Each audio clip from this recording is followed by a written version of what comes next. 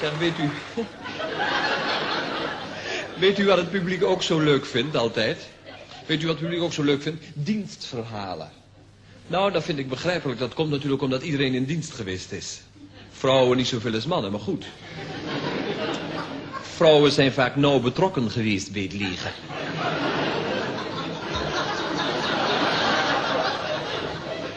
Ik ben nooit in dienst geweest wegens broederdienst. Ik moest alleen maar gekeurd worden voor eventualiteiten. Ik zal u wel zeggen, als de rest zo was als de keuring... Mijn portie was een fikkie, hè. Oh, ik kan niet tegen die toon. Ik kan niet tegen die toon. Wat is het voor nodig? Je bent nooit eens een keer meneer. En als ik geen meneer meer mag zijn, dan ben ik al geweest. Hè? Nooit eens een keer meneer Sonneveld of desnoods meneer Wim. Wat kost dat nou nog meer, nietwaar? Alleen maar Sonneveld en dan op die toon. U kent dat al. Nee, zeg, dankjewel. Nog erger dan bij het ziekenfonds. Merci.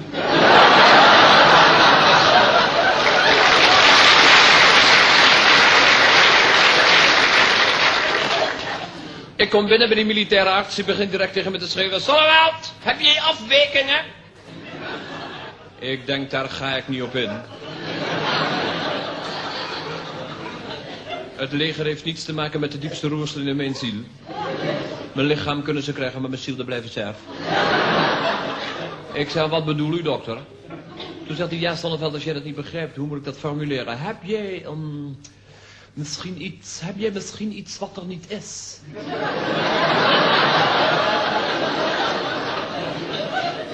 Ik zeg, dokter, ik kan me nauwelijks voorstellen dat er nog meer zou zijn.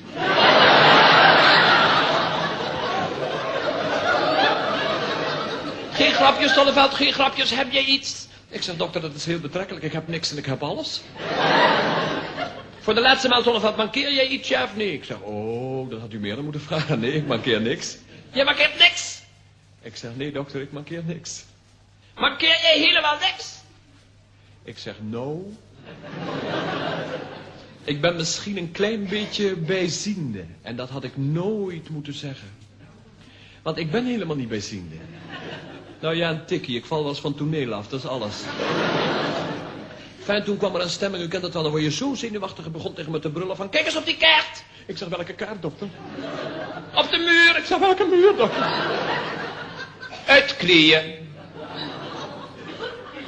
Kijk, en nou begrijp ik niet wat dat met bijziendheid te maken heeft.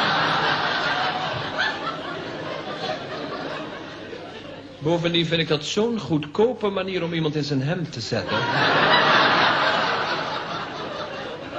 Enfin, je doet het niet waar, want je doet alles wat je gezegd wordt in dienst, anders duurt het allemaal 10 keer zo lang. Ik kleed me uit, ik sta poedelnaakt.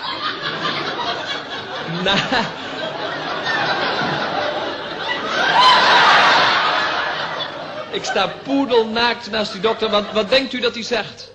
In de wachtkamer wachten.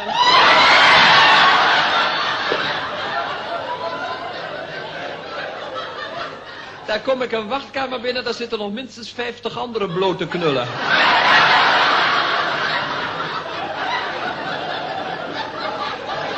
Nou zeg, en dan kunnen ze mij nog meer vertellen van jongens onder elkaar en zo, maar je weet niet waar je kijken moet.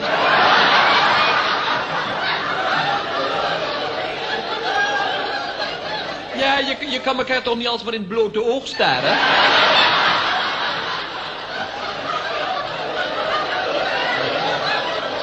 En oh, wat wordt het leven belachelijk als je bloot bent, zeg. Oh. Ik zal u eens wat zeggen, als je niks meer aan hebt, dan merk je pas wat je mist, hè.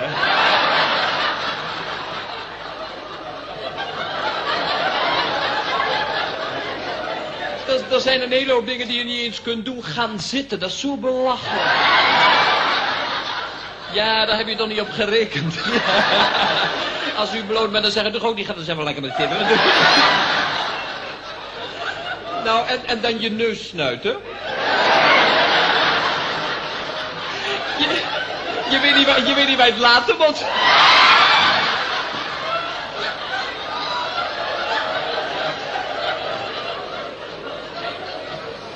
Nou, en dan roken. Nou ja, roken is niet zo gek, maar het morsen. Klet.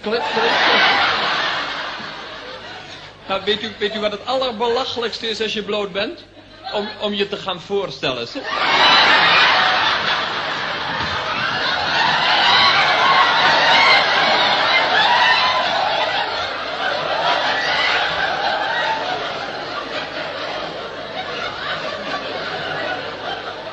En er waren nota bene een paar jongens die zaten te lezen, zeg. Nou, dat vind ik van een struisvogelpolitiek als je bloot bent, zeg. Alleen maar dit bedekken en verder denk ik weet nergens over.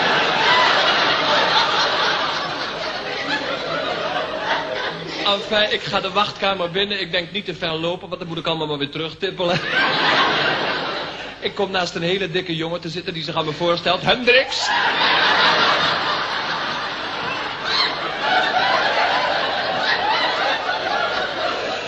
Oh nee, een hele fatsoenlijke jongen hoor, een beetje bloot, nou ja. Ik zei, luister eens Hendricks, ik begrijp er niks van. Ik kom hier, ik weet van tevoren dat ik niet in dienst hoef. Ik zei alleen maar, ik ben een klein beetje bijziende en dan zit ik hier nota bene bloot te wachten.